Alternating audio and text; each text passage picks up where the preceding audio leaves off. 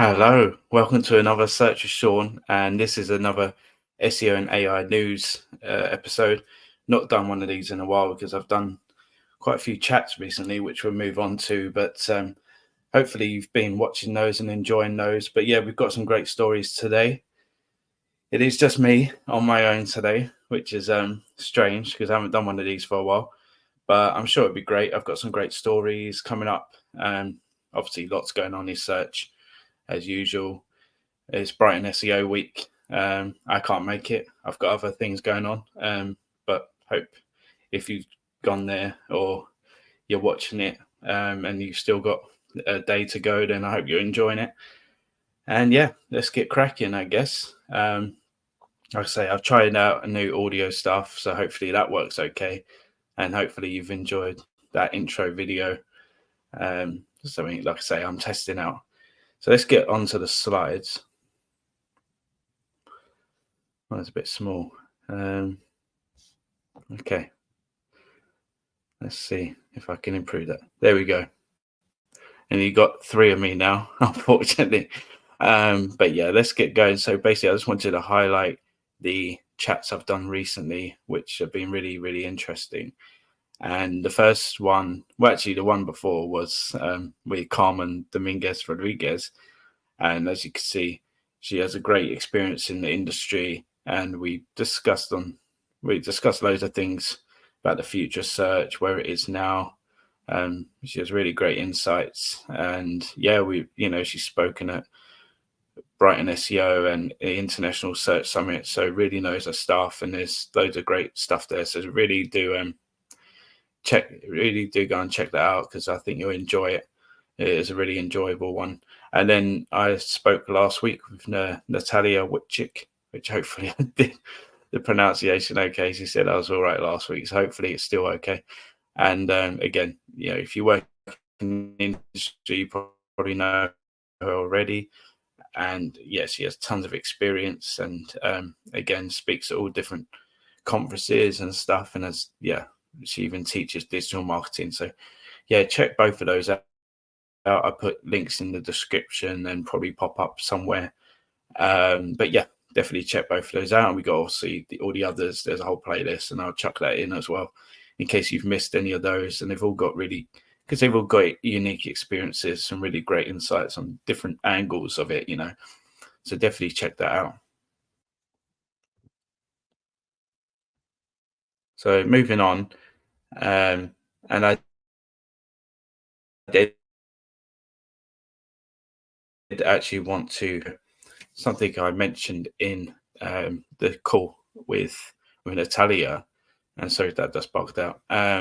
But yeah, something we mentioned in the chat with Natalia is we're trying to do an event. So in December, it's going to be a bunch of kind of a marathon of really great digital marketing videos have been pre-recorded by some great people in the industry. And I've already got great ones lined up, but I'm still looking.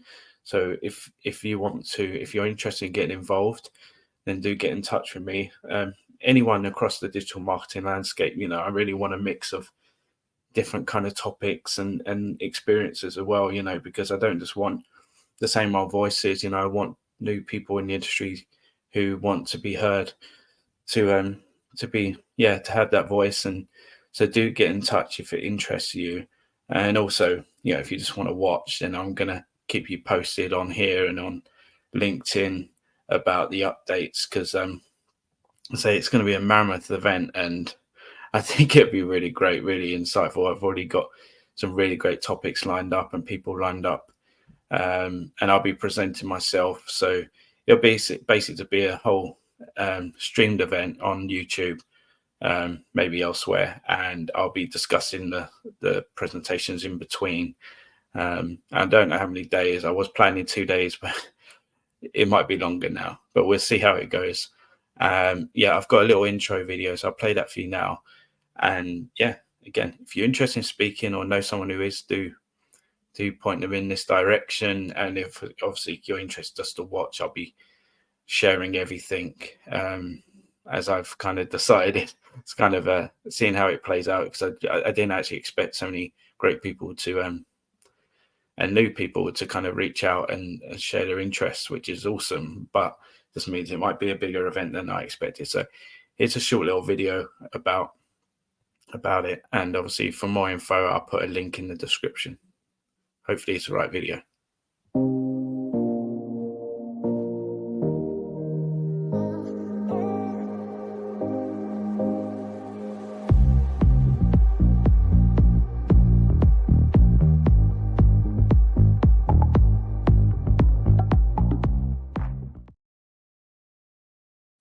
So yeah, basically the deadline is October the 31st, and that's just for the topic to be approved, or it's not really approved. Just tell me what the topic is so I can kind of line things up a bit. And then it'll be the end of November, the last day in November, where you can get the video into me so I can start organizing it further. So yeah, if you're interested, get in touch, and happy to hear from all people in the digital marketing industry, including agencies, in-house, or whatever you are, freelance. Yeah, do get in touch.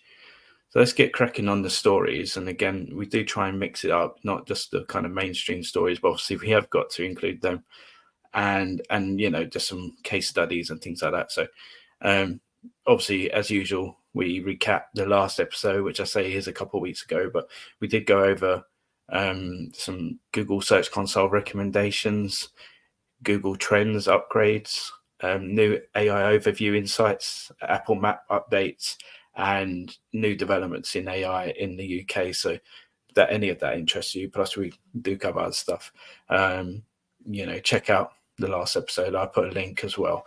So yeah, and all the episodes of the news do cover some great stuff. So even though you may think I was outdated now, they do cover stuff perhaps you missed because there's so much going on. So yeah, do kind of go back and check those out. I recommend to do that.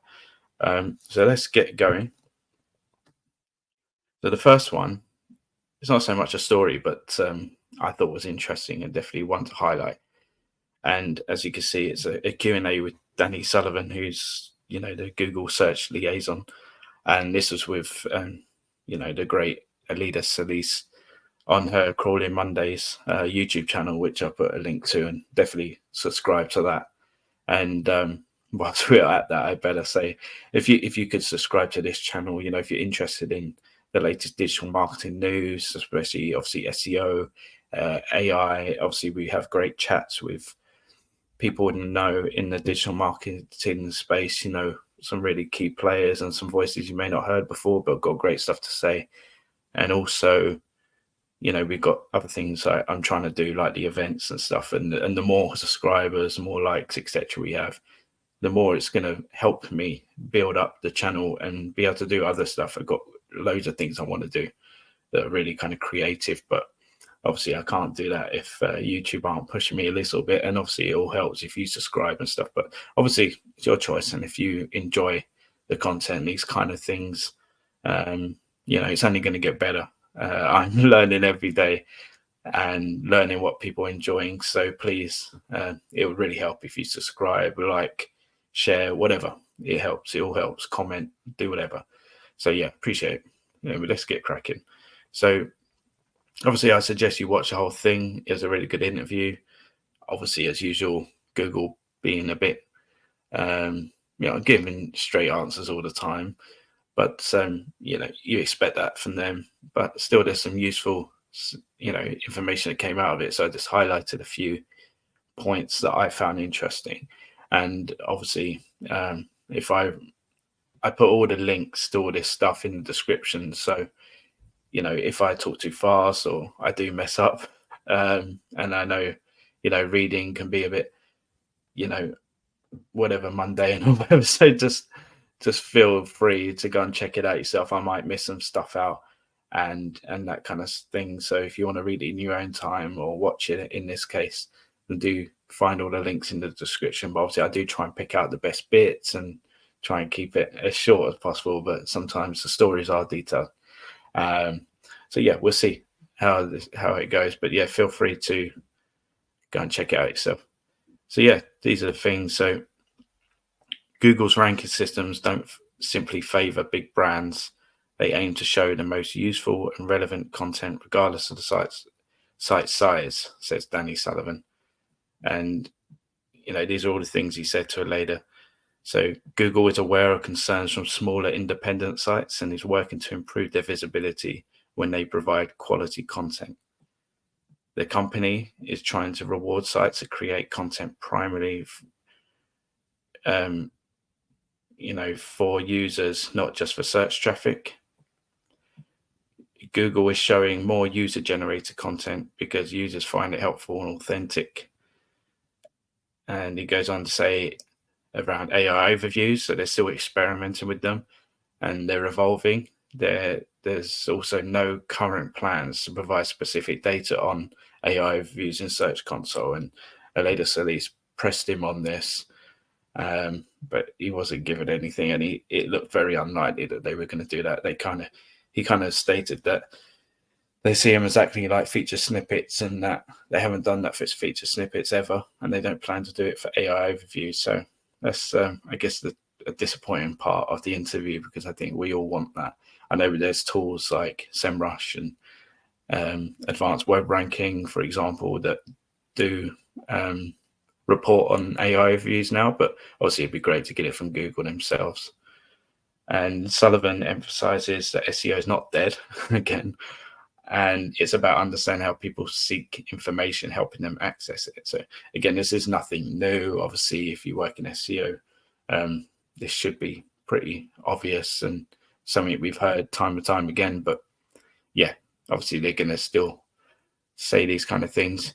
And he encourages creators to focus on creating content they believe is best for the audience, rather than trying to anticipate Google's ranking system. And again, like I say, he says that a lot, and Google generally say that. And that is a good point, to be fair, because I think people do get wrapped up in the ranking systems, and they, and I love all the case studies and stuff and love all the digging, I must admit. But at the end of the day, it's all about the content and the way, if it's going to be good for the audience or not, and if they're going to be able to use it properly, and they're going to navigate your site properly, and if the content's unique and stuff. Okay, the other stuff there is other things that come into play, but don't get wrapped up in it too much.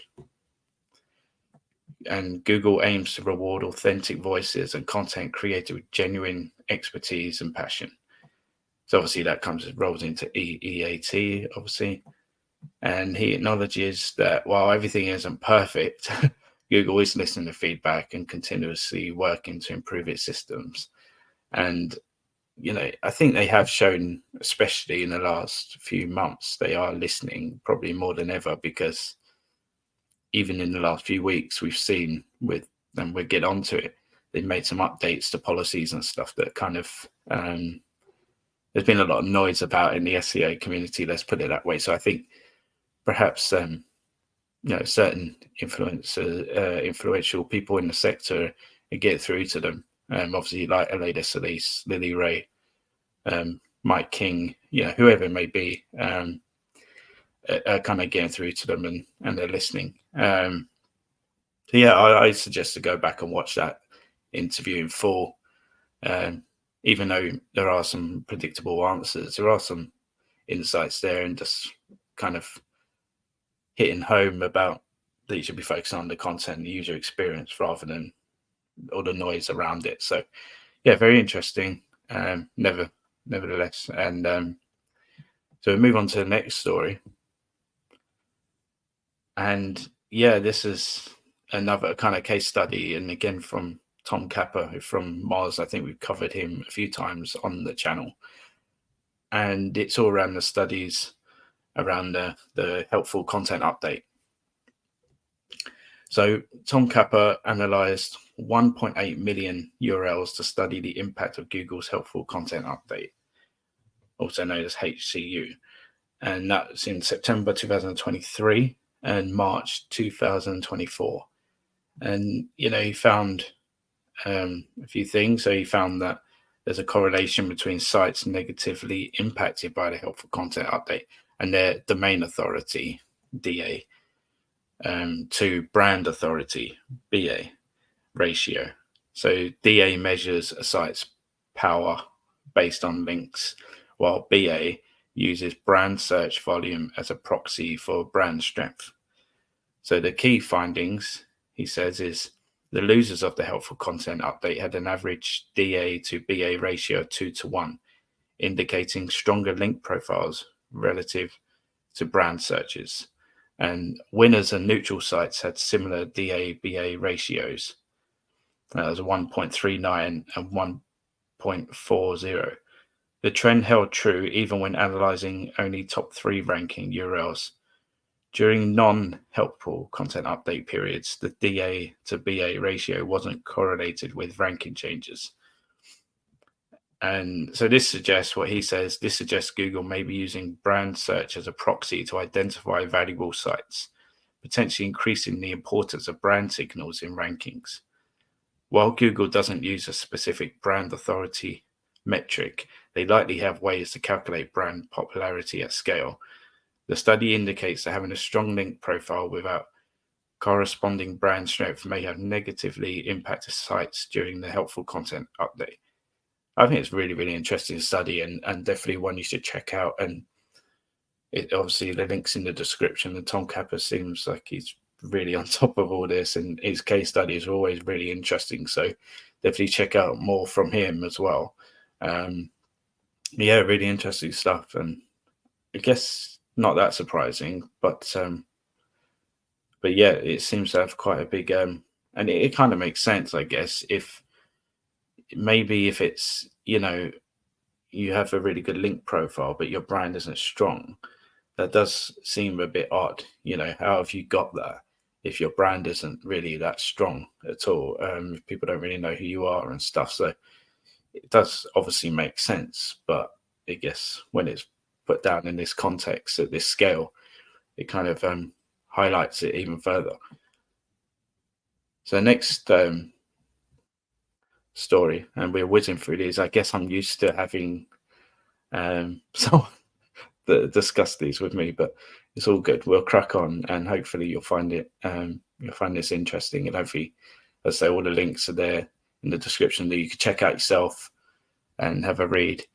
The next one is, and yeah, the picture's a bit weird, but I tried to get it, but I just thought it was really funny, to be fair, and quite hilarious. And I thought it's worth just putting it there just for the sake of it. I think they've mixed Reddit and Yelp together. And obviously many people forgot about Yelp. And I guess obviously this is why they've started this, these procedures. So yeah, basically Yelp have officially filed a lawsuit against Google for allegedly using its monopolistic. That's the first time I've ever heard that word, monopolistic, must admit. But it's a cool word. And powers to give Google an unfair advantage in local search and local search ads. So this is coming from Yelp's general counsel, Aaron Schur. I think that's how you say it. He said for years, Google have leveraged its monopoly in general search to pad its own bottom line at the expense of what's best for consumers, innovation, and fair competition. That's what Yelp said, and then they continued to say,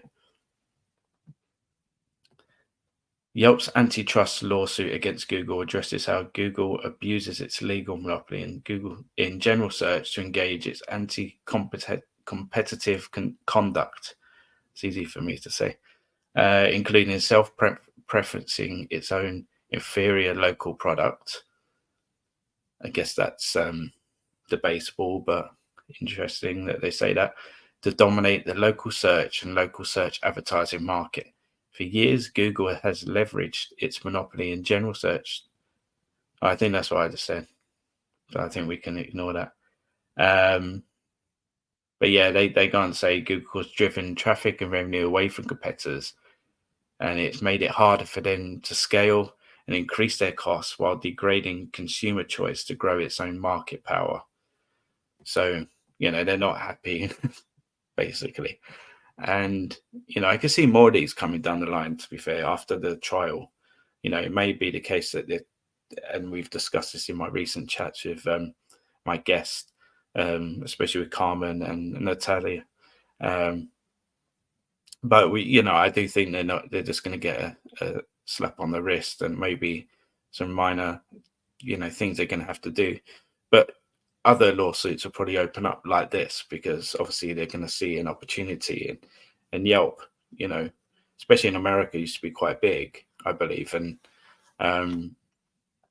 you could, I don't know if they could say it's an inferior product, Google, local, business listings, but they might have a case, and it'll be, like I say, I see more coming down the line. But what was interesting is this was mentioned in the search engine roundtable website, which is really good, and obviously I get a lot of my info from there. And what was interesting, as I say, is they reminded us that in December 2009, Yelp entered unsuccessful negotiations to be acquired by Google, and Google offered about 500 million, but the deal fell through after Yahoo offered 1 billion. Then both offers were later abandoned following a disagreement between Yelp's management and the board of directors about the offers. That's really interesting. I mean, one, they should have took it, or just made sure that deal got done, because I think Yelp have totally flopped since. I haven't looked at the data to back that up, to be fair, but I just, obviously that's why I've kind of felt anyway. And yeah, it's just interesting that maybe this is, they've got some beef with Google, and they found this is the right time to go and attack and try and get some compensation around what they've, the blow that they've seen. So yeah, it'd be interesting to see how this plays out, and obviously we'll report on it, and if any others come along, which I can see happening in that space. So yeah, the next story.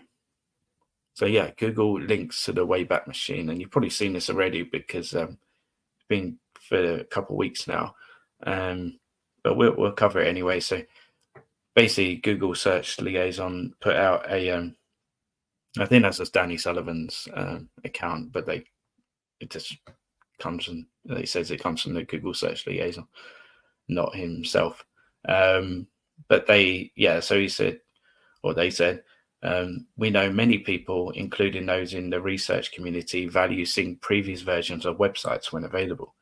That's why beginning today, and I say this was, I think, a couple of weeks ago now, we're adding links to the Internet Archive's Wayback Machine to our About This Result panel to give people quick context and make this helpful information easily accessible through search. To access archive links, click on the 3 dots next to the search result in the window that appears. Click on the More About This page button, then look for the See Previous Versions on Internet Archive's Wayback Machine link. So yeah, I think that's really cool. A lot of people use Wayback Machine anyway, but now it's like even easier to access it. And obviously, if you want to see those sort of different versions of a website, it's even more easier to do that now. And obviously, this kind of came in the same time as Google totally disabling the Google cache from completely working. So yeah, there's more. Like I say, all the links are in the description about that. But yeah, I like this story. I think it's a cool move from Google. And that's the thing, they are getting a bit, and I've been critical myself, but they are getting a few kind of digs at the moment with Google, but they are still doing some good stuff as well. And I think they deserve credit when it's when they do these things. So on to this is, I think, the last major story, and then we get into other news. So yeah, Google have updated their web search spam policies, and this again, a lot of sort of discussions in the sector. I'm sure if you follow certain people on LinkedIn, you've seen information on this, but and obviously there's lots we can cover from it, but I just kind of covered the main 1 or 2 bits from it. But yeah, we'll get into it. So the big change is that added they've added a section to the site reputation abuse policy that reads, close oversight or involvement is when the first party hosting site is directly producing or generating unique content. For example, via staff directly employed by the first party or freelancers working for staff of the first party site. It is not working with third party services such as white label or turnkey that focus on redistributing content with a primary purpose of manipulating search rankings. This statement encourages direct involvement in content creation by the site owner or their immediate representatives, rather than outsourcing to services that may prioritize search rankings over content quality. That last part was just a summary, by the way. That wasn't part of the documentation, but generally, hopefully you get the gist of it. And obviously there's some sites that have really manipulated this type of content creation. And, it was, till now, it was okay to do in a way because it wasn't written down in the guidelines, I guess. So, they weren't doing anything wrong and it was working very, very well. But I guess now Google have caught on to perhaps the content being created wasn't as helpful as some other bits of content, but they were coming from perhaps some really big players in the market. So they were still ranking very well and being really visible on search results. So even though they're not that helpful, they're still getting ranked because of the power of the domain. So I guess now, there has been some interesting results since this kind of came out. And I think there'll be people building case studies around it and stuff, which I'm sure we will report on here about. But yeah, really, really interesting to see what comes out of this. And I think it's a good move, because we want the very best content on the internet. When you're searching for something, just want it when it's obviously made just for ranking purposes, for backlink purposes. What's the point of that? It's not gonna help anyone. Well, it did help the website before, but now obviously it won't as much. So it'd be interesting to see how they monitor it and how they kind of use their algorithms and bots to determine which are which. But probably by the way it's written is probably quite obvious sometimes, I guess. But maybe sometimes it isn't as obvious. So it'd be interesting to see how they, kind of decide on that. But yeah, I think most of the time it's pretty obvious, to be honest with you. And this is why obviously the whole, EAT side of it comes into it and showcasing, who writ it,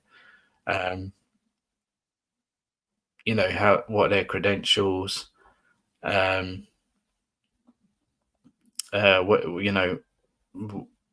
is it on your site? Why is it relevant?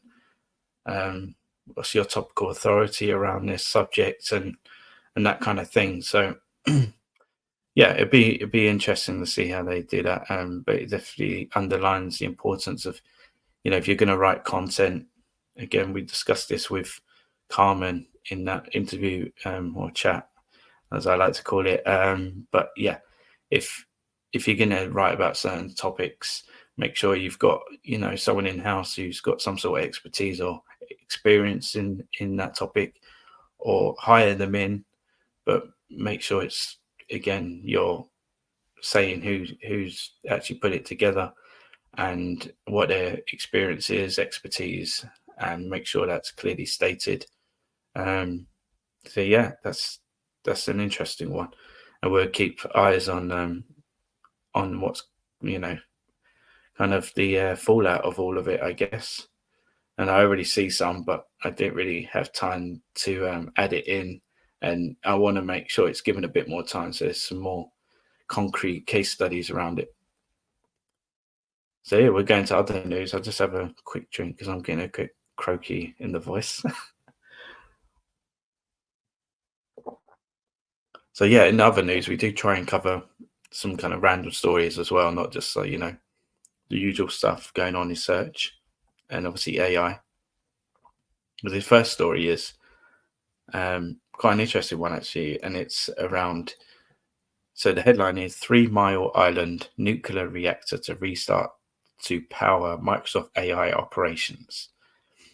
So the story is a nuclear reactor, notorious 3 Mile Island site in Pennsylvania, America, is to be activated the first time in 5 years after its owners, Constellation Energy, I think that's how you say, struck a deal to provide power to Microsoft's artificial intelligence operations. Again, all the links are in the description if you want to read more about this. Very interesting. So the plant was the location of the most serious nuclear meltdown, a radiation leak in US history. So in March 1979, when the loss of water coolant through a faulty valve caused the Unit 2 reactor to overheat. More than 4 decades later, the reactor is still in a decommissioning phase. So the restart, the first time a nuclear reactor in the US has been recommissioned after closure, will send an additional 835 megawatts of power to the Pennsylvania grid, creating 3,400 jobs and contributing at least $16 billion to the state's economy. But it's got its risks, obviously. I mean, it's the first time it's ever been done in America, and messing with nuclear anytime is dangerous. But I guess it's going to create jobs and boost the economy. So tech giants, including Microsoft, Google, Amazon, Meta, and Apple, are consuming ever greater amounts of energy to power the boom in artificial intelligence. And according to Goldman Sachs, demand will grow 160% by 2030, when data centers are expected to account for 8%, just 8, not 80, sorry, of the power generated in the US.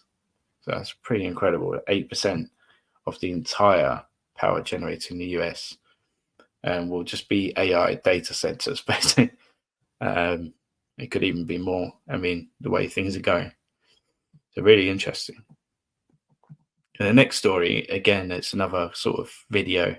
And this was, again, we've mentioned these before, ClearScope do really great webinars. And this is another one. So it's basically what's going on in SEO, so generally. And there's some really great guests on there, including Ross Hutchins and Hudgens. Yeah, Ross Hudgens. So I didn't practice that, as you could probably tell. And I'm sorry to Ross, because he's actually really great. Just butchered, isn't it? But Ross Hudgens, probably done that wrong, yeah. But yeah, anyway, you get the point. And yeah, it's a really great guest on there. And yeah, I just pointed out a few of the kind of kind of key points that I saw in the video. I thought was really interesting, and definitely go back and watch it all the links in the description. So really suggest that you go and watch it and watch your others as well. So they do a whole bunch of them. I think, I don't know how frequently, but at least once a month. And yeah, so some of the findings were they discussed unexpected SEO wins, and they said custom GPTs. I've done a video on that if you haven't seen it, so I'll put a link somewhere, but definitely something I use a lot. Generating useful editable content that performs really well in rankings. It's interesting. I don't use it for content production. I use it mainly for speeding up processes, calculations, visuals. But yeah, it's interesting. Early stage companies with low domain authority can still achieve significant SEO success if they focus on emerging topics with less competition. That's just a couple of examples. They do go into more, but for those interesting. And they talked about challenges and failures. So again, these are all really like experienced people in the SEO industry. So definitely check it out, including Ross. I'm not even going to try to surname again. But yeah, they talked about challenges and failures. So some well-optimized pages, even for reputable brands, can still lose traffic after major updates, indicating unpredictable Google algorithm behaviors. So yeah, they're just talking about how they, some of the challenges they've come across recently. Really interesting, actually, because sometimes people go on to these webinars and chats, and it's all about their successes, but it's also interesting to hear about failures, because we all have them. We all do tests and make changes, and it just totally doesn't work, and we don't really talk about it too much because we don't want to talk about failures too much. But yeah, it's interesting to hear these great guests talk about it.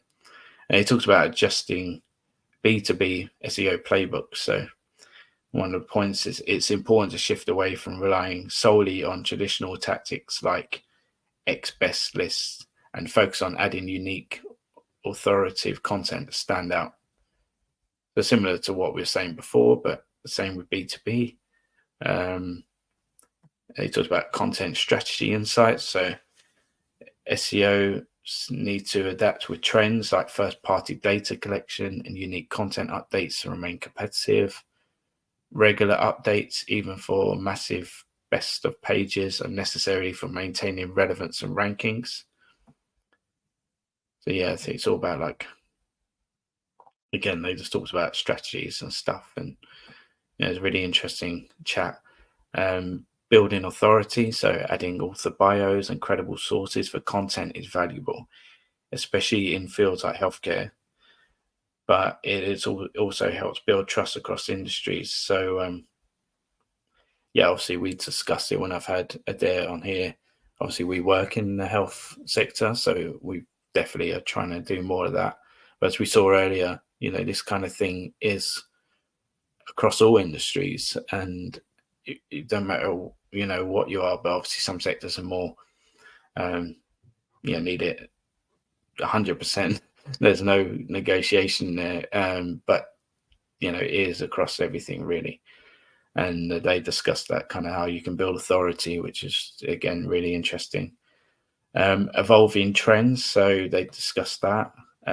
So as AI becomes more prevalent in search, focus on creating detailed, high quality and unique content AI cannot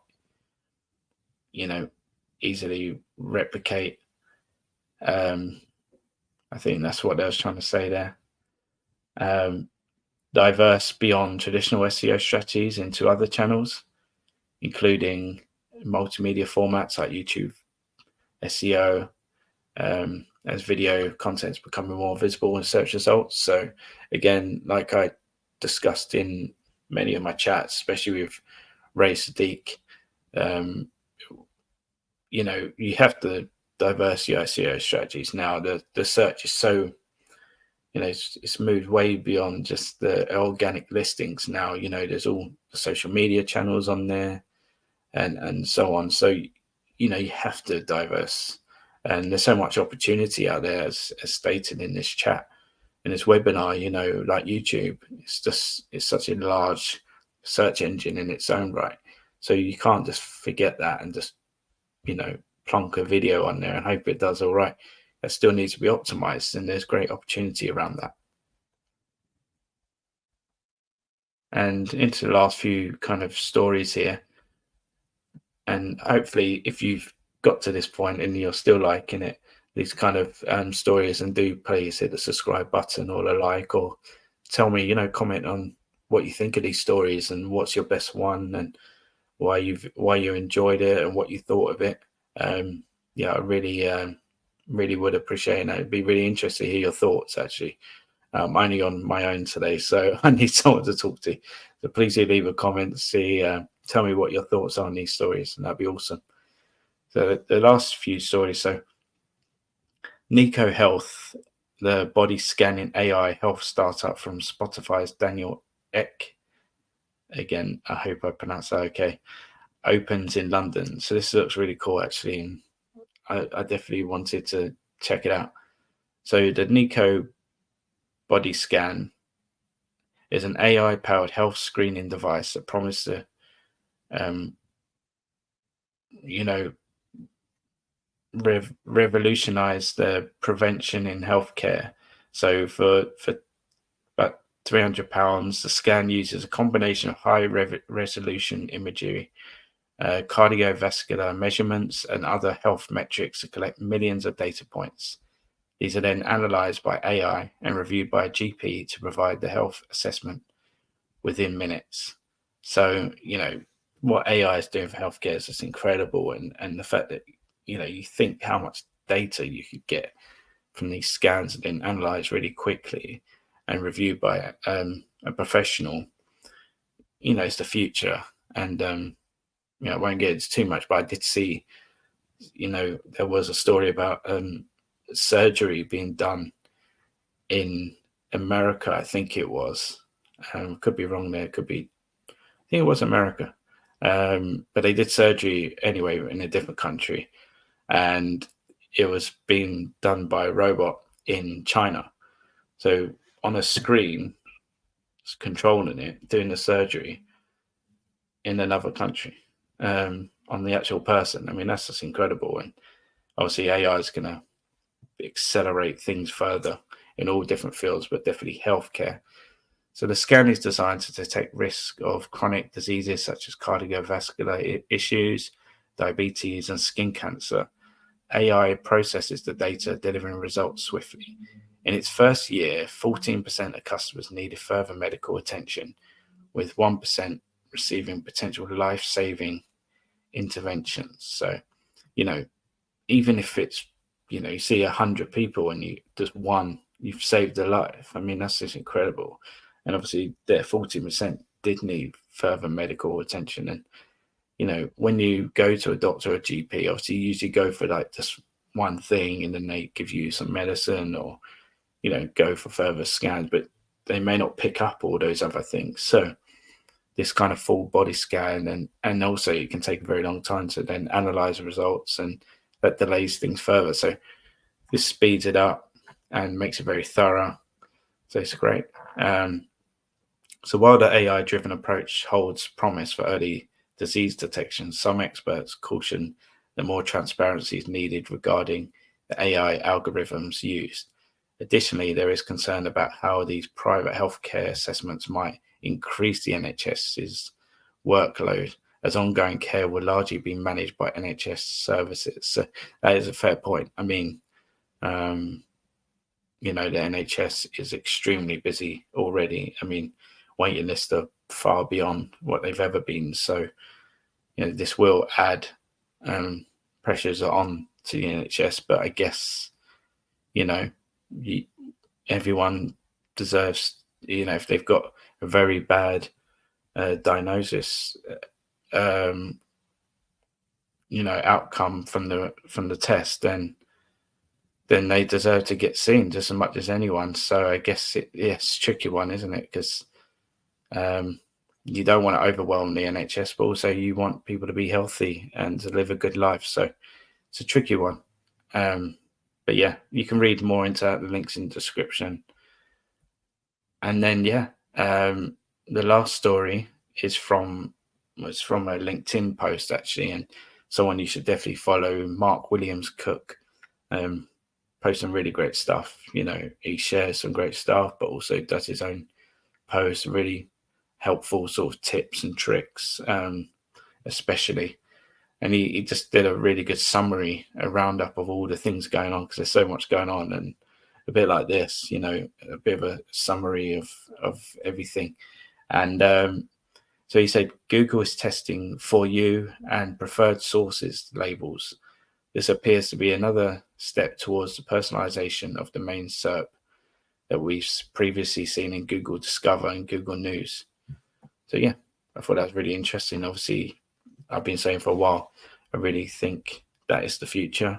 Well, it's now really, but definitely will be the future as well, the personalization of the SERPs, and kind of what we were saying I think it was with, I can't remember Natalia or with Carmen, but it might be both. But generally, like, no result is ever the same for two people usually because of the personalization. That's only going to get more and more. So it's very difficult now to kind of focus on, keyword search volumes and that kind of thing, because it's so varied and it's so many potential differences in the results for everyone. So, you know, that's why kind of the way we're reporting is changing as well. So yeah, great. And yeah, I suggest you go and follow Mark Williams Cook. He posts some great stuff. So yeah, that's pretty much it for this week. I don't know when the next news one would be, to be fair. I've got some great chats lined up. Can't say who yet, just in case it doesn't go through. But yeah, I've got some great chats coming up for sure. I'm fully booked actually till the end of December, start of January. Some really awesome guests. I'm really looking forward to that. Obviously, we might have the event before the new year. Well, we will. But I'm just ironing out the kind of schedule. And yeah, and also I'm going to be on holiday soon, so there will be a little bit of a break, but hopefully yeah, it'll just take a bit of a break, and we'll be back with some great chats and stuff. So yeah, thanks for watching it all if you have, and yeah, please hit the subscribe button, share, like, and leave your comments.